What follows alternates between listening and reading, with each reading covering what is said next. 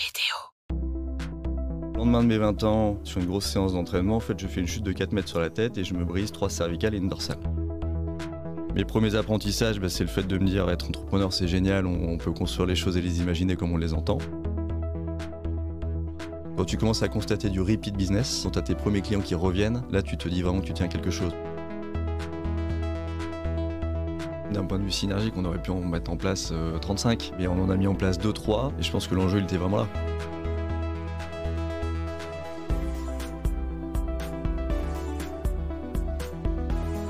Bienvenue dans Coulisses de CEO, le podcast qui met à nu les dirigeants.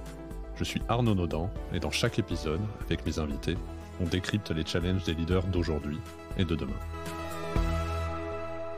Bonjour et bienvenue dans ce nouvel épisode de Coulisses de CEO. Aujourd'hui, j'ai le plaisir de recevoir Gary Ansens, le fondateur d'Alltrix. Gary, c'est l'histoire d'un passionné de vélo cloué au lit d'hôpital à 20 ans qui décide de transformer cette épreuve en opportunité.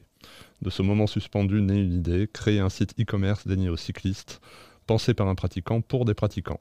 15 ans plus tard, Alltrix est devenu un acteur majeur du sport en ligne avec plus de 240 millions d'euros de chiffre d'affaires, des millions de clients fidèles et une intégration réussie à Decathlon.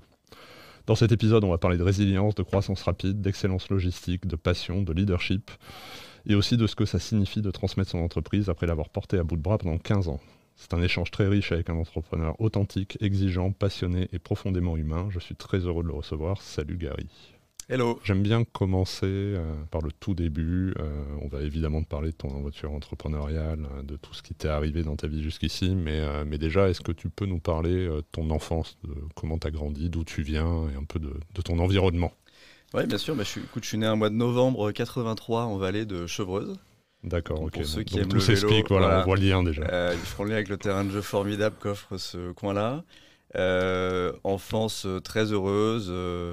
Dans un coin mi-campagne, mi-ville, où j'allais à l'école à pied, très accompagné d'un point de vue ami et avec du sport très tôt.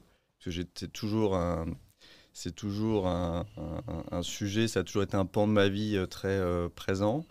Le vélo assez tôt, parce qu'effectivement j'ai commencé à l'âge de 10 ans et en fait c'est assez drôle, juste en parenthèse, je m'inscris via mon collège à un petit club sportif.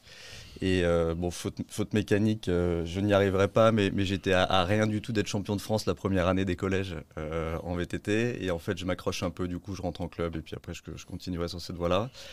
Et écoute, parcours scolaire assez classique, même si c'est un modèle sur lequel j'ai jamais été avec une greffe parfaite. Parce que je pense que j'ai toujours eu besoin de beaucoup d'autonomie, de liberté et un rapport à l'autorité un peu spécial. Quand on le dit comme ça veut généralement dire un rapport à l'autorité. Ouais, non, mais difficile. tu vois, pour dire non, difficile. Non, j'espère que j'ai toujours été respectueux, mais j'ai quand même dû à la fin du lycée parce que le modèle me convenait plus, passer mon bac en candidat libre que j'ai obtenu. Mais non, je pense que quand je le vois a posteriori, c'est un peu le storytelling, c'est simple de raconter ça comme ça après, mais c'est vrai que quand je l'analyse avec la manière dont je vis maintenant, je pense que dès le départ, j'avais envie de construire mon propre cadre, d'être nourri. C'est ça qui est un peu ambivalent, c'est que finalement, j'ai eu un accident après, et donc j'ai écourté mes études supérieures, donc j'ai finalement un baccalauréat. Mais aujourd'hui, du haut de mes 41 ans, j'ai une soif d'apprendre et de continuer de grandir et de me nourrir qui est absolument constante. Donc avec du recul, voilà, le modèle ne me convenait pas, mais l'apprentissage est un truc qui est hyper présent pour moi. Tu n'avais pas d'idée ou de projet professionnel là, avant l'accident dont on va parler, mais déjà quelque chose une volonté déjà d'entreprendre Non, c'est marrant parce que j'ai eu des bribes par moments qui me revenaient où je me suis toujours dit, tiens, ça m'amuserait effectivement d'avoir une entreprise, de gérer, mais j'ai absolument pas de secteur ou de modèle et c'était un peu flou à l'époque parce que je pense que mes parents étaient profession libérale, mais à des échelles où ils n'avaient pas de collaborateurs. J'ai toujours baigné un peu dans un monde entrepreneurial quand même parce que beaucoup d'amis de mes parents l'étaient. Mes grands-pères étaient entrepreneurs. Et donc je pense que ce modèle, effectivement, de se dire je suis libre de pouvoir construire, de choisir mes directions, la vitesse avec laquelle je veux développer les choses, ça m'a toujours titillé sans être très clair. Tu as quand même un peu baigné dans la vingtaine. Dans cet environnement-là. Ouais. Donc on le disait, tu fais du VTT à haut niveau et donc tu vis un accident très grave, je pense qu'on peut dire.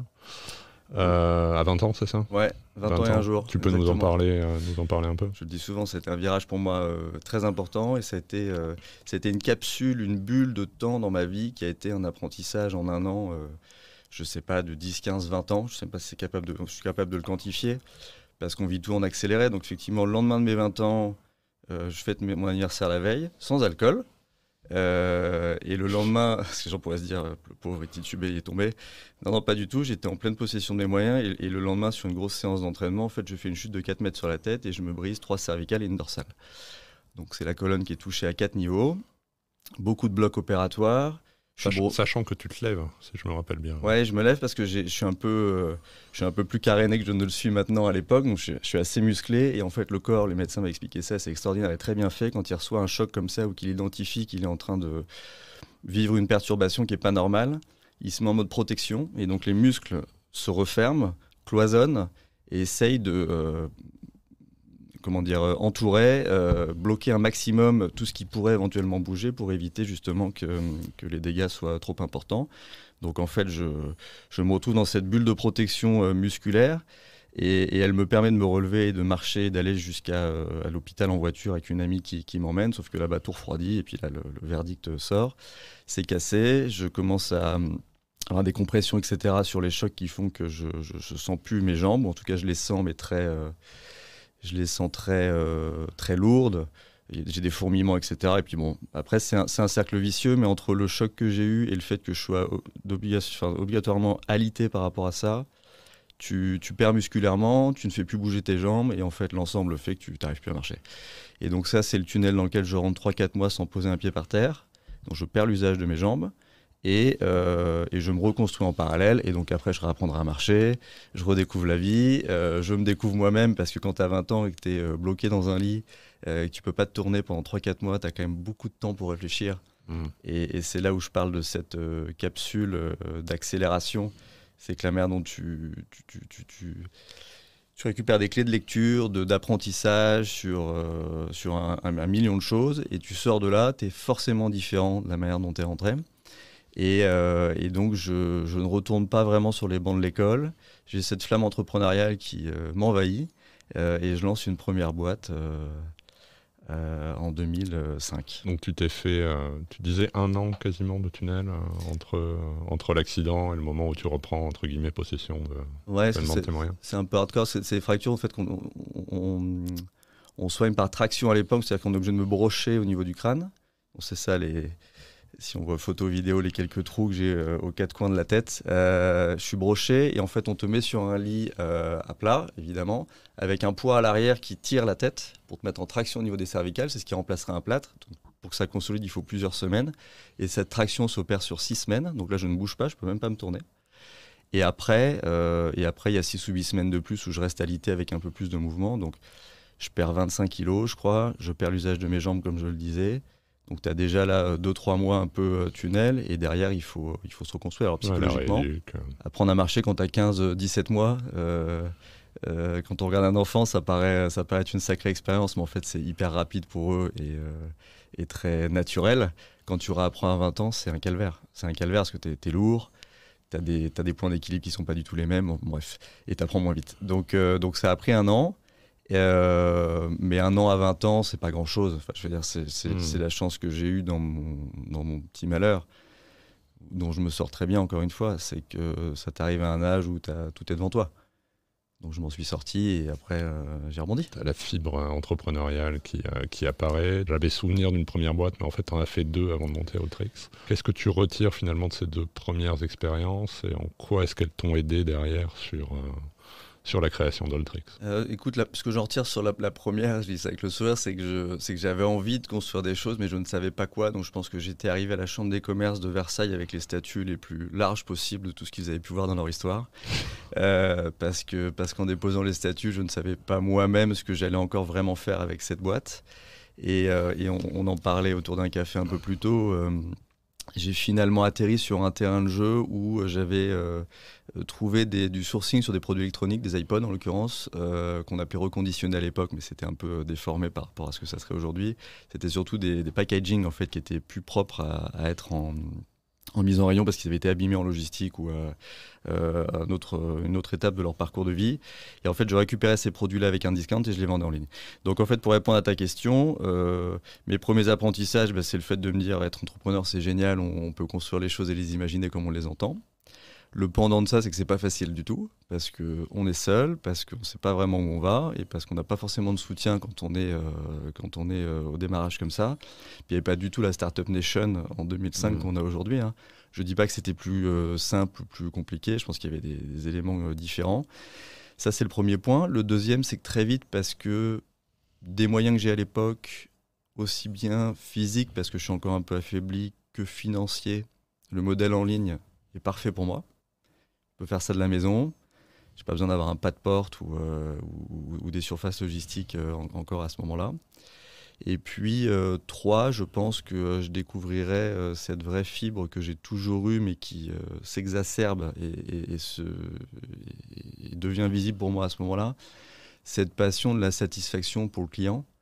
Et qui est un moteur génial parce que c'est hyper vertueux. C'est-à-dire quand tu aimes faire plaisir aux gens, tu essaies de faire mieux ton job. Si tu fais mieux ton job, ça fait plaisir aux gens, ils en parlent, c'est communautaire, la boucle s'installe et s'agrandit. Et donc après, quand j'ai créé Alltrix en 2008, sur un marché qui est hyper communautaire, j'ai réussi à mettre ça en boucle et en scène de manière décuplée. Il n'y a eu aucun moment où tu t'es dit, finalement, trop compliqué, trop dur. Si, parce que sinon parce qu'effectivement celle dont je te parlais juste avant sur les iPods, j'ai finalement décidé de cesser l'activité, pas parce que ça marchait mal, mais c'est rigolo de dire ça comme ça, mais parce que ça marchait presque trop bien. On s'entend, je faisais, je sais plus, 1 million ou 2 de chiffre d'affaires, c'était pas une multinationale, mais j'arrivais pas à avoir assez de volume par rapport à la demande que j'avais, et c'est hyper frustrant.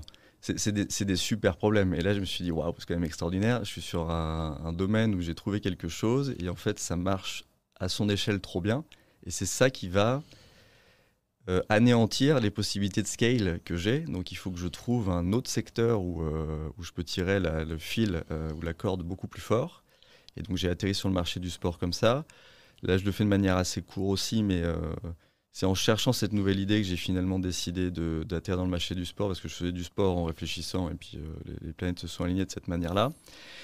Mais si c'est dur, après cette idée me vient là, donc je la partage. C'est un peu comme les enfants, tu sais, moi j'ai 4 petits garçons. Est-ce que c'est reposant ? Non, c'est très fatigant. Est-ce qu'il m'épuise par moments ? Oui. Mais est-ce que tout le bonheur que ça m'apporte par ailleurs gomme tout ça 1000 fois ? Évidemment. Et je pense que l'entrepreneuriat, c'est pareil. En tout cas, c'est comme ça que je le vis. Des moments de galère, j'en ai eu plein. Mais on ne parle pas forcément de succès, ou ça peut être des succès humains, tu vois, mais des moments de bonheur que j'ai eu dans l'entrepreneuriat par ailleurs, qui contrebalancent très largement tout ça. J'en ai, je suis pas capable de les énumérer tous, quoi. On en revient à Alltrix. Tu crées ça avec une volonté de lier business et passion, ou c'est parce que tu avais, entre guillemets, senti le créneau? Ta question est hyper intéressante parce que je pourrais storyteller encore une fois et répondre simplement oui. C'était ma passion. J'étais visionnaire, j'ai senti le truc arriver, c'était ma passion, j'alliais tout. La réalité, c'est que c'était...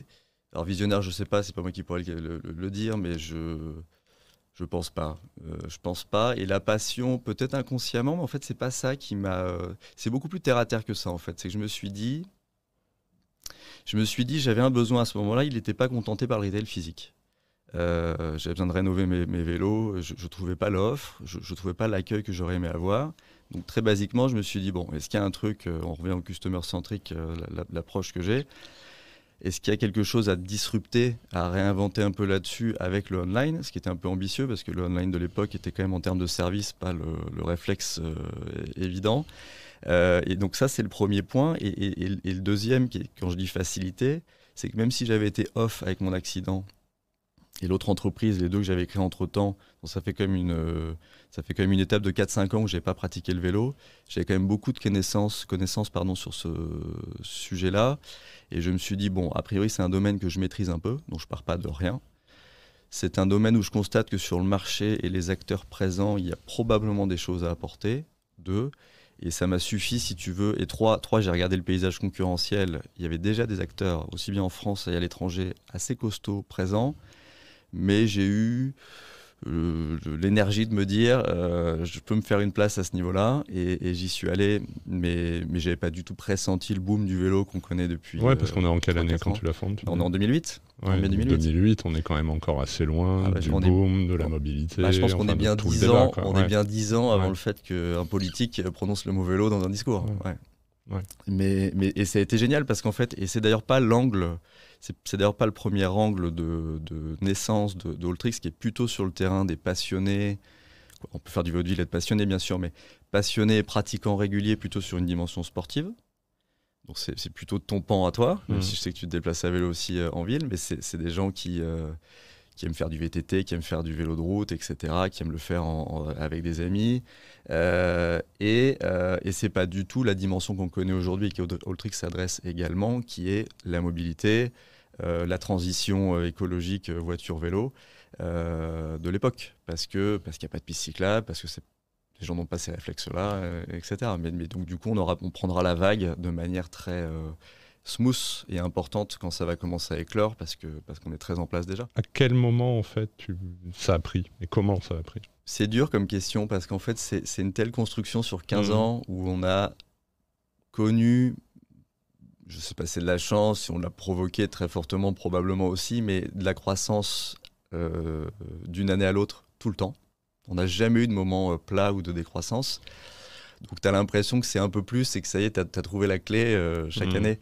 Mais non, il n'y a pas eu de flat et puis une explosion là où tu as trouvé le modèle économique qui fonctionne. Je pense, et c'est un truc que j'avais déjà évoqué aussi, mais je pense que c'est un premier indicateur qui est hyper fort. Et honnêtement, quand tu as des business qui se prêtent à avoir du repeat business, je pense que quand tu as eu tes premiers clients, ça peut être un coup de chance. Ou un coup de le produit est disponible, il ne l'est pas ailleurs, donc un peu par dépit, j'achète chez Alltrix ou chez un autre, mais est-ce que c'était vraiment l'envie?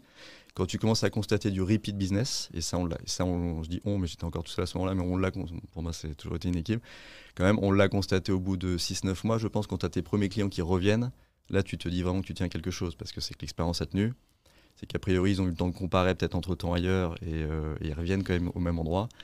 Donc ça, pour moi, c'était un super indicateur, mais on parle d'une échelle où on faisait quelques centaines de milliers d'euros de CA pour autant, quoi. Et donc tout s'est construit petit à petit à partir de cette communauté, le bouche à oreille, et jusqu'au succès qu'on connaît, que je disais en introduction, 220 millions d'euros de chiffre d'affaires, et c'est sympa de le qualifier comme ça. 350-400 personnes. Ouais, alors oui, mais je pourrais te le raconter de 10 manières différentes, et je ne vais pas le faire, mais cette construction, tu vois, tu disais ça a commencé sur les pièces détachées, c'est très vrai.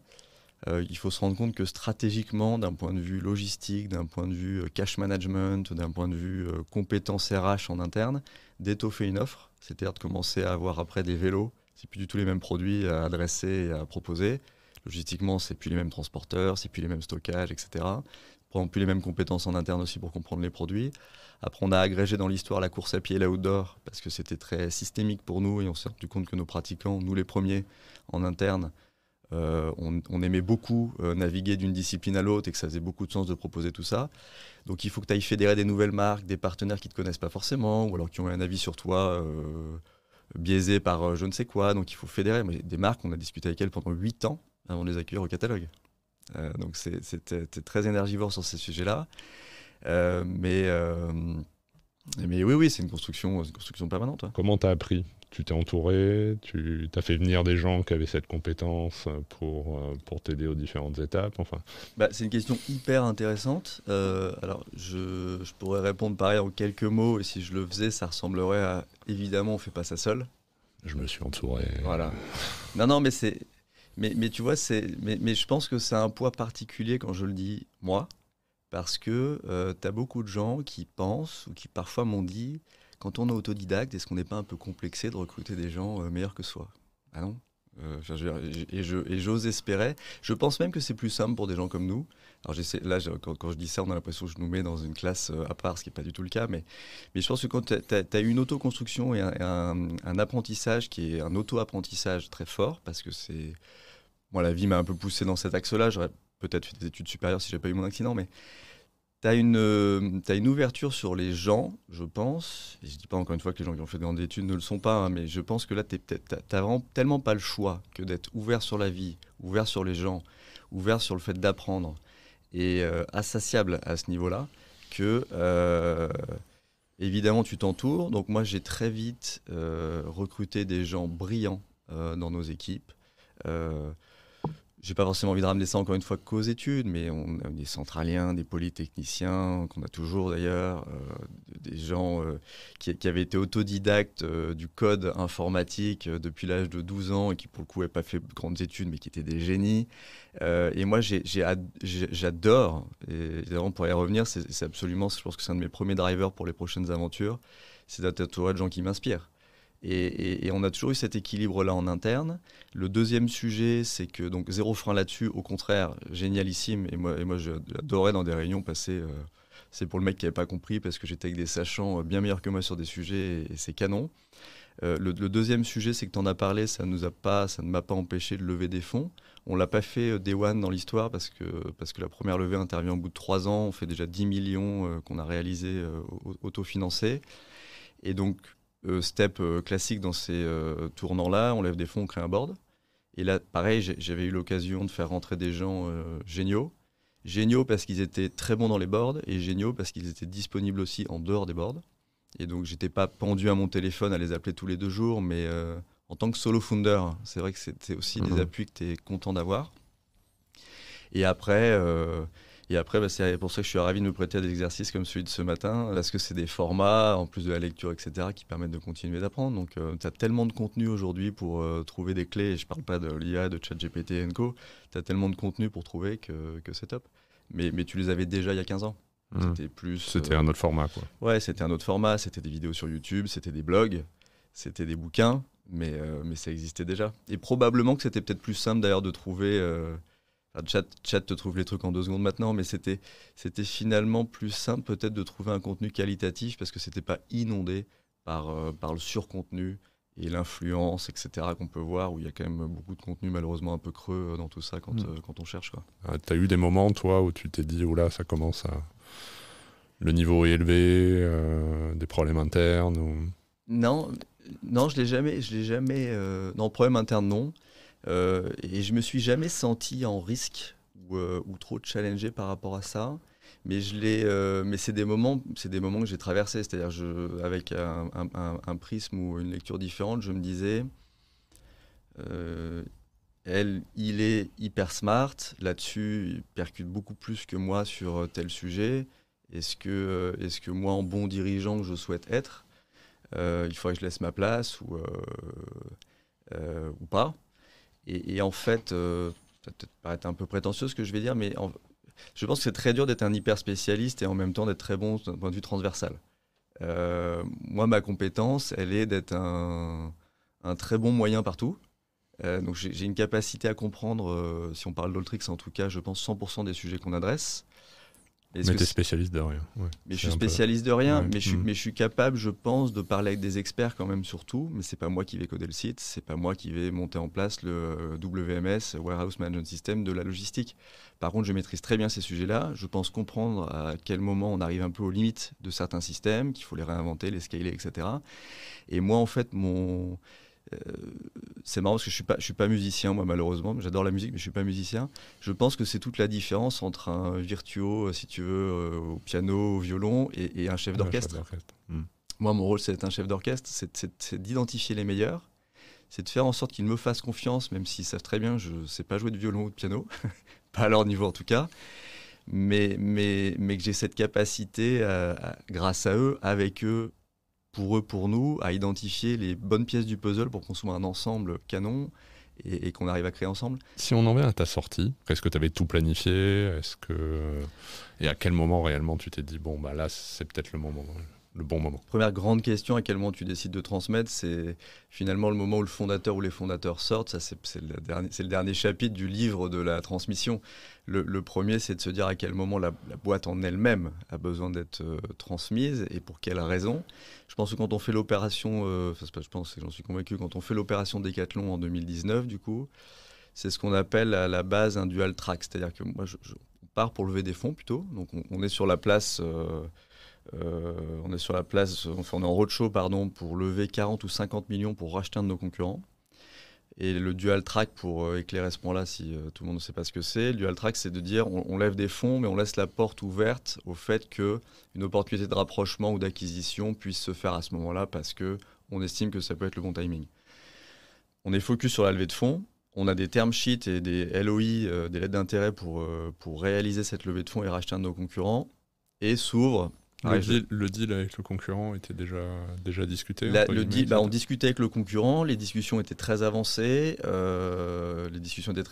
et en fait c'était presque un triple track finalement et pas un dual track. T'as le concurrent, tu discutes avec le concurrent, tu discutes avec le fonds pour acheter le concurrent, tu laisses ta porte ouverte à l'acquisition, ou un rapprochement potentiel stratégique. L'acquisition aurait pu être aussi 1 pour 1 avec un égal, tu vois.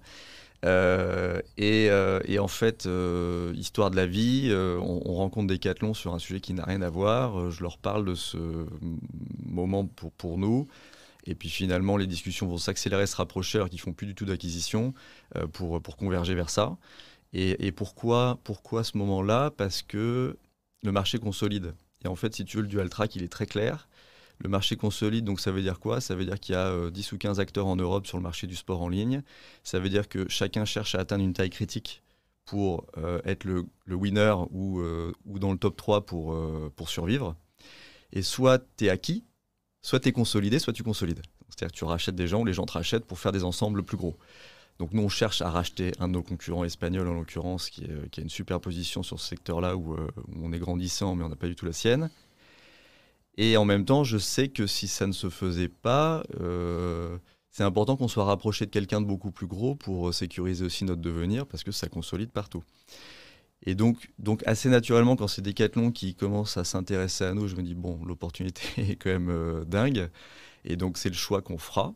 Donc là, la transmission, elle commence déjà là, parce que quand tu fais ça, tu sais très bien que quand tu es fondateur en général, pas forcément tu sortiras, mais en tout cas, tu prendras peut-être des positions ailleurs dans le groupe, tu prendras du recul, il va se passer des choses. Ça cristallise énormément de choses, notamment un pacte qui dit Gary, en tant que fondateur et CEO actuel de la boîte, se doit de rester tant d'années aux côtés du groupe pour la transmission, pour que ça se passe bien. Et là, ça vient une autre partie de tes questions, c'est que sur côté Decathlon et AFM, donc l'association Mullier d'une manière générale, ces organisations qui sont très... Il y a beaucoup de fondateurs en interne, la plupart de leurs pépites ont été créées en interne et sont peu des acquisitions d'ailleurs. Hein. Et donc on voit les gens rester 50 ans aux commandes des boîtes. Je caricature en disant ça, mais en tout cas, et ça passe d'une génération à l'autre. Il peut y avoir des CEO externes, etc. Mais ça reste, c'est très... ça sort peu de la galaxie Mullier. Et donc, en fait, ils ont cette habitude de proposer ce qu'on appelle des earn-out, donc l'accompagnement post-session assez long. Et donc, moi, j'avais des fenêtres de sortie à 4, 5 ou 6 ans. Et en fait, très vite aussi, mais même si c'est un moment très, très important pour moi, j'ai perdu ma mère subitement il y a 3 ans maintenant. Et je décide finalement de sortir à l'année 4, ce qui n'était pas du tout mon plan, parce que je me voyais plutôt rester jusqu'à l'année 6. Hyper content de la dynamique d'Alltrix, ambiance canonissime avec nos équipes, relations. T'avais toujours ton autonomie avec j'ai jamais perdu. Ouais. Parce que... Et c'est comme ça que tu te garantis les meilleures chances de succès sur des opérations comme celle-ci. Parce que je pense que naturellement, de toute façon, c'est l'ADN du groupe aussi. Et moi, évidemment, j'aurais poussé les portes et j'aurais mis les pieds dans les portes s'il fallait pour la garder, l'autonomie. Mais non, dès le départ, de toute façon, la marque Alltrix restait. Le siège est resté dans les Yvelines. Donc, absolument aucun changement là-dessus. Et c'est probablement pour ça, d'ailleurs, je pense que je suis resté 4 ans, ce qui est long dans les standards des earn-out, ce qui est même très long, sans les voir passer. Ouais, donc tu veux dire qu'ils ont expérimenté peut-être des deals où ça s'est pas passé comme ça. C'est exactement ce que je dis. Ouais. Donc, et ça, je l'ai su dès le début de nos discussions, et je dois dire que c'était aussi un élément qui m'a entre guillemets rassuré, parce que je me suis dit, c'est même eux qui en ont proactivement parlé en disant, nous on a fait ces tests-là, on a racheté des boîtes. L'idée, c'était pas du tout de casser la liberté de la boîte, mais c'était de vouloir trop bien faire en disant, on met en place des synergies, on met en place des réunions stratégiques ensemble pour se comprendre, etc. Le problème, c'est quand tu arrives aux côtés d'un groupe comme Decathlon, où je pense maintenant il doit y avoir 110 ou 115 000 personnes, et que tu es un petit village gaulois avec 300 personnes, le rapport de taille fait que tu es vite étouffé s'ils cherchaient à être trop présents. Et ça, ils l'ont très vite compris. Et alors justement, le fait d'avoir des earn-out longs comme ça ralentit pas finalement la création des synergies? Je suis totalement subjectif, parce que c'est mon histoire, mais je pense que c'est un cas d'école aussi intéressant, c'est que ça ralentit pas les synergies si tu es dans une course à faire des synergies. C'est que ça fait le tri sur le fait d'actionner les bonnes. Et en fait, je pense qu'il y a beaucoup trop de groupes qui ont des équipes de M&A, qui achètent des boîtes et qui, pour leur reporting externe ou interne, se disent qu'il faut absolument faire un max de synergie et montrer que ce qu'on a fait, ça faisait du sens, parce que sinon on ne pourra pas faire d'autres acquisitions. C'était pas du tout la dynamique de Decathlon, déjà parce que c'est un groupe qui est non coté, donc il n'y a pas beaucoup de comptes à rendre à qui que ce soit. Et en interne, les gens sont très à l'écoute de la meilleure manière de faire. Et donc en fait, non, je pense que finalement, pour avoir une photo à présenter canonissime d'un point de vue synergique, on aurait pu en mettre en place 35. Mais on en a mis en place 2-3, c'était les bonnes. Ça n'a pas du tout défocusé le run naturel d'Alltrix qui a continué de croître en parallèle. Et je pense que l'enjeu, il était vraiment là. Tu l'as bien vécu, cette sortie? Pas de stress de dire maintenant je fais quoi? Vu que j'étais dirigeant, je sais rien faire, je suis spécialiste de rien. Ouais, non, tu vois un peu. C'est une vraie question aussi. J'étais à un dîner de fonds d'investissement il y a 2 semaines et le patron du fonds me dit devant tout le monde, d'ailleurs c'était assez rigolo, est-ce que tu as fait une dépression comme tout le monde après ta sortie? J'ai dit non, je pense pas, je crois pas, j'espère qu'elle n'est pas devant moi. Non, mais ça fait un vrai vide. Ça fait un vrai vide. Et je te mentirais si je te disais que je ne m'étais pas posé la question 10 fois de me dire est-ce que j'ai bien fait, parce qu'évidemment, je me la suis posée au moins 10 fois. Parce que mine de rien, 15 ans à l'échelle de mes 40, c'est un grand morceau de vie pour moi. Parce que ça a été une telle énergie investie, un temps, des épreuves, que ça remplit énormément. Ça remplit énormément. Et j'en reviens à ce que je disais un peu plus tôt aussi, c'est que tu as tellement d'interactions sociales avec cet écosystème qu'on a bâti ensemble, on se connaît, on se dit les choses, ça va vite, tu apprends, tu as des rencontres, etc. Que quand tu fais l'exercice comme il doit être fait, c'est-à-dire que 1er janvier 2024, il n'y a plus CEO dans ma signature, il y a écrit founder, mais je suis toujours en lien avec l'organisation parce que je suis au board, mais que je ne peux plus être proactif sur les sujets, que je suis invité dans les boards, mais que je dois très peu interagir sur les posts qui sont faits sur les réseaux sociaux, sur les communications RP, parce que je viendrais interférer avec le nouveau management. Et j'ai envie de le faire, parce qu'évidemment, tous les jours, je me dis, bien sûr, ce qu'ils font, c'est génial. Alors, mais il y a des... Maintenant, évidemment, là, ça fait un peu plus d'1 an, donc on a trouvé le bon rythme très, très naturellement et je suis hyper content. D'ailleurs, c'est top parce que le top management m'a laissé présent sur tous les canaux de la boîte, dans Teams, etc. Donc je like, j'envoie des commentaires et je pense que tout le monde apprécie ça, moi le premier, parce que c'est ma famille professionnelle, donc c'est hyper cool. Mais il faut trouver ce recul dans un truc où tu as été connecté 7/7 pendant 15 ans. Et donc, ouais, c'est spécial. C'est spécial. Et sur est-ce qu'on se sent capable de refaire quelque chose après, ou bon à rien, ou écoute, non, je pense que tiens, je reprendrai les mots d'Augustin, qui est un ami que tu as reçu, de Michel Augustin, ouais. qui dit que son driver dans la vie, c'est cette phrase: quels sont mes talents, et quels sont les talents. C'est celle qu'on a titrée quand on a. Et quels sont les talents que j'ai à offrir, et on en a tous. On en a tous. Qu'est-ce que je vais faire de mes talents? Il y a des gens qui en ont un peu plus, d'autres qui sont plus rares, mais je pense en avoir. Donc là, je suis en pleine phase d'exploration en ce moment hyper intéressante, où j'ai la chance d'être actionnaire dans 55 boîtes en parallèle, donc je suis nourri constamment de projets, d'énergie, etc. Donc je suis pas du tout en décrochage par rapport à la vie, mais c'est vrai que quand tu as eu ce pan de vie aussi rempli, tu es très très exigeant sur la suite, sur ce que tu as envie de faire, donc je prends mon temps, j'explore, mais voilà.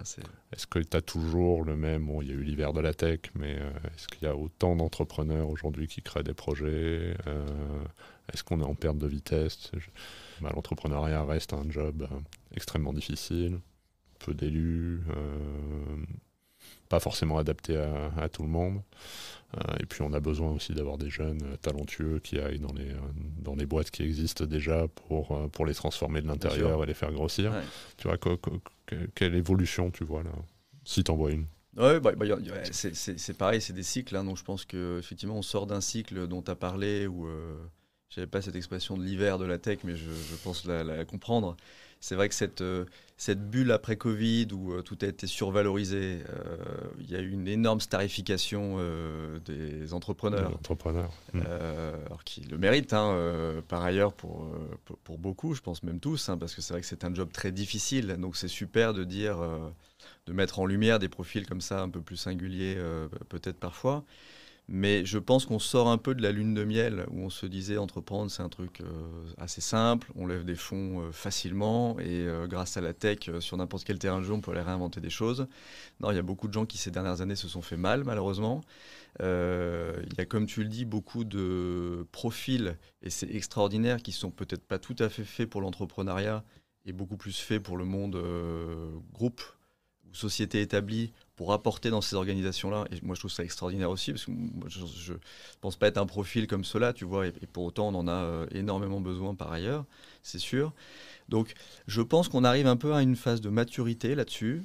Puis, il y aura de nouveau un cycle, à mon avis, de délire un jour, c'est l'histoire de la vie, c'est normal, mais il y a un cycle de maturité qui s'installe parce qu'il y a eu ce fameux hiver où, fin de la récré, la vraie vie, c'est ça. Et puis, il y a, je pense, une deuxième évolution là, qui est majeure. Et moi, je la prends de plein fouet sur l'exploration entrepreneuriale dans laquelle je suis. C'est qu'il y a 10, 15, 20 ans, on a disrupté le monde existant sur le plan entrepreneurial avec beaucoup de tech. Et là, la tech elle-même se fait disrupter par une nouvelle tech qui est l'IA. Et en fait, mais même les fonds, tu regardes les fonds aujourd'hui d'investissement, leur thèse où ils investissaient sur, je ne vais pas les nommer, mais des pépites qui sont des boîtes par ailleurs extraordinaires dans le SaaS.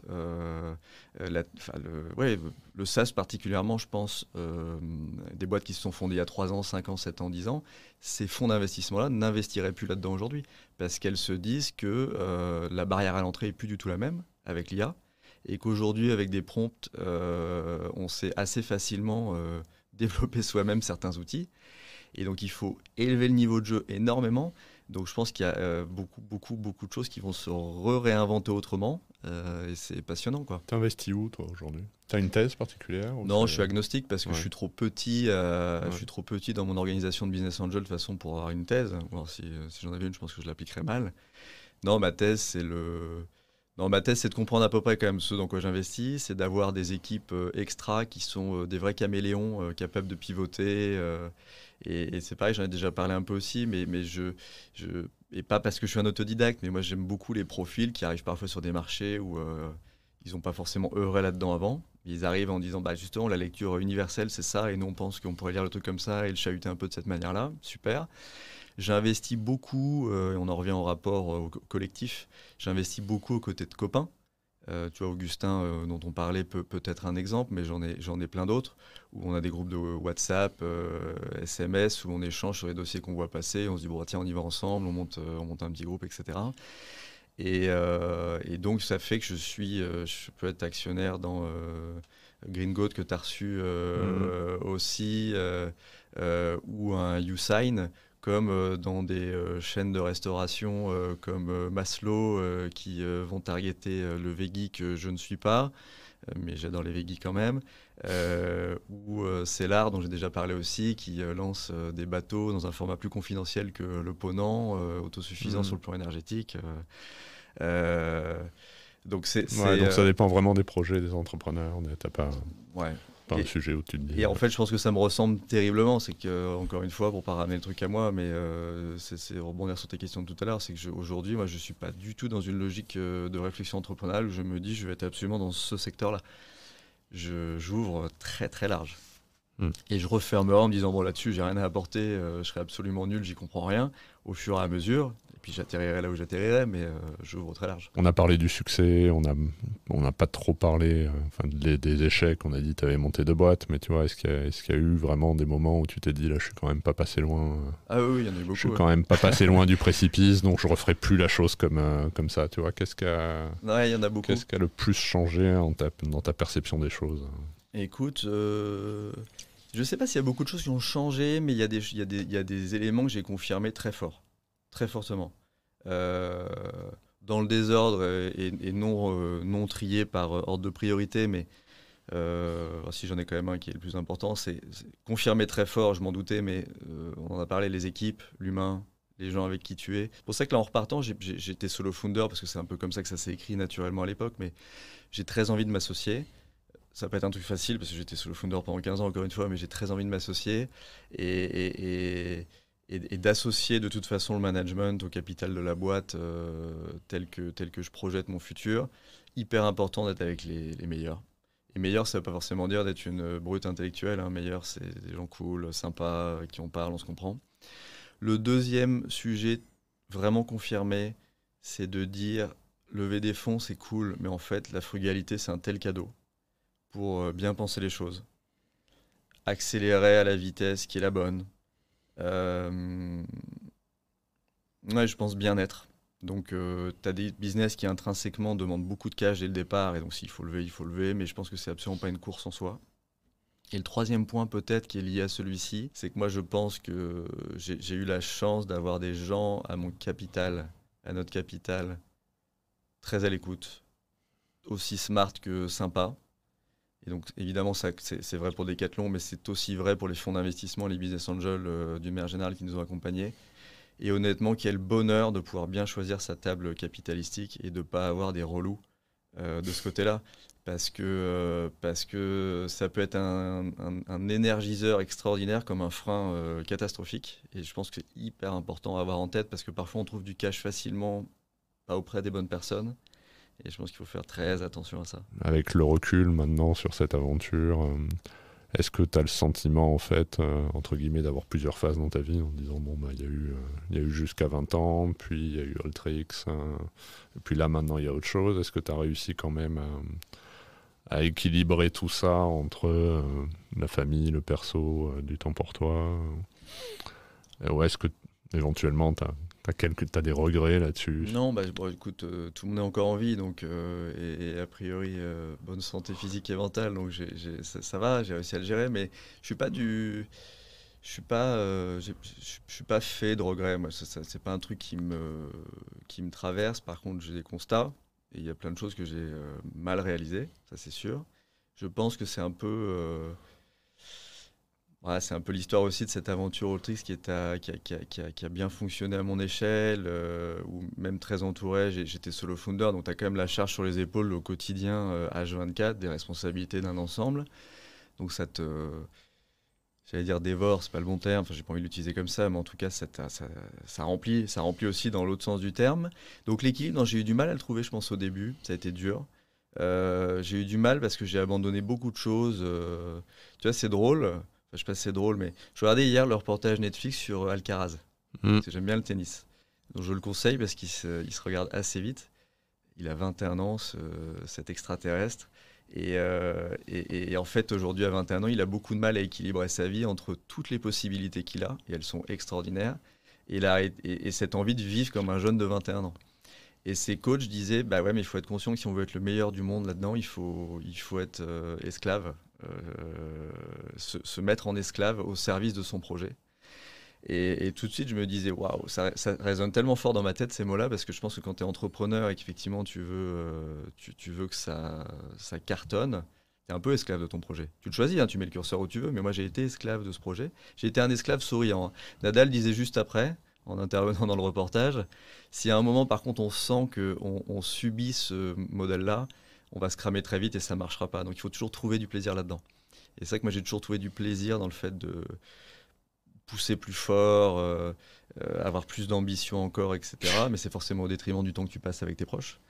Et en fait, et c'était une douleur, hein, bien sûr.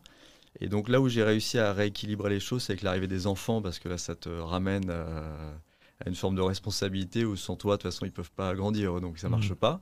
Donc là, tu rééquilibres un peu et tu te rends compte que cette joie que ça t'apporte, ce calme, ces bulles d'air, finalement, ça fait que tu es meilleur aussi dans le pro. Donc ça, c'est les apprentissages, mais j'ai mis du temps à le trouver. Et non, le seul regret que j'ai, mais qui est majeur, mais j'avance, c'est que c'est les moments que tu pourras plus jamais réécrire, comme le départ de ma mère qui est partie beaucoup trop tôt. Et ça c'est violent. Et donc c'est la vie peut-être qui te dit voilà, ça se passe aussi comme ça parfois, et donc il faut traiter les équilibres différemment. Mais ouais, pardon, c'est un peu long encore une fois, mais non, je pense que Je pense qu'il ne faut pas oublier que tout ça, c'est systémique, en fait. C'est pas une boîte perso, une boîte, je veux dire, avec les mains, c'est pas, il y a une bulle perso, il y a une bulle pro, il y a une bulle ami. C'est un ensemble où tout se mélange, où tout se connecte, où tout se nourrit. Et en fait, si c'est bien traité, c'est juste hyper vertueux et canonissime, quoi. Tu as eu un mentor dans ta vie pro-perso ou une source d'inspiration particulière? Ouais, il y en a deux qui me viennent comme ça. Il n'y en a pas beaucoup plus, hein, de toute façon. Mais il y a Jean-Marc Patouillot, qui est un des managing partners il sort de l'opérationnel de la Medpartech, qui a dirigé Partech pendant 30 ans, je pense. Qui est un personnage d'une culture générale extraordinaire, un calme olympien, qui m'a beaucoup apaisé, je pense, dans des moments de doute, parce que c'était justement le premier actionnaire d'Altrix après moi, parce que c'est avec eux qu'on a fait le premier tour de table, ils étaient les seuls à nos côtés, et où par moments... j'avais des doutes, j'avais des remises en question, est-ce que j'ai bien fait, pas fait, qui me disaient écoute c'est super, prends du recul, machin. Et donc j'ai passé beaucoup de temps avec Jean-Marc et je continue de le voir énormément, même si on est capitalistiquement dissociés depuis des années maintenant. Beaucoup Jean-Marc. Et le deuxième c'est Jacques-Henri Hérault.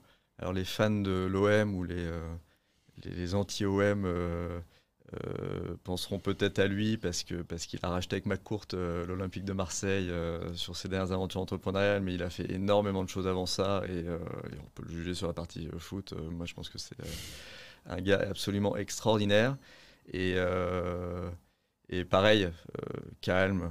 Je me souviens, anecdote, hein, mais je la partage. 2017-2018, on a un tournant un peu dur, grosse crise de cash, on devait se rapprocher d'un concurrent très dur. Et en fait, je me souviens, je suis à un virage où j'ai du mal à retrouver le discernement dont j'ai besoin pour réfléchir à l'étape d'après. Lui, il est en pleine vitesse avec l'OM. Il me dit, écoute, viens dormir à la maison ce soir. J'étais à Paris, hein, je prends un vol, j'arrive à 20h là-bas, je le retrouve. On dîne chez lui, il me reçoit comme un prince. On parle jusqu'à 2h du matin. Il me rééclaire sur le truc, il me fait prendre du recul, il me soutient, il m'encourage.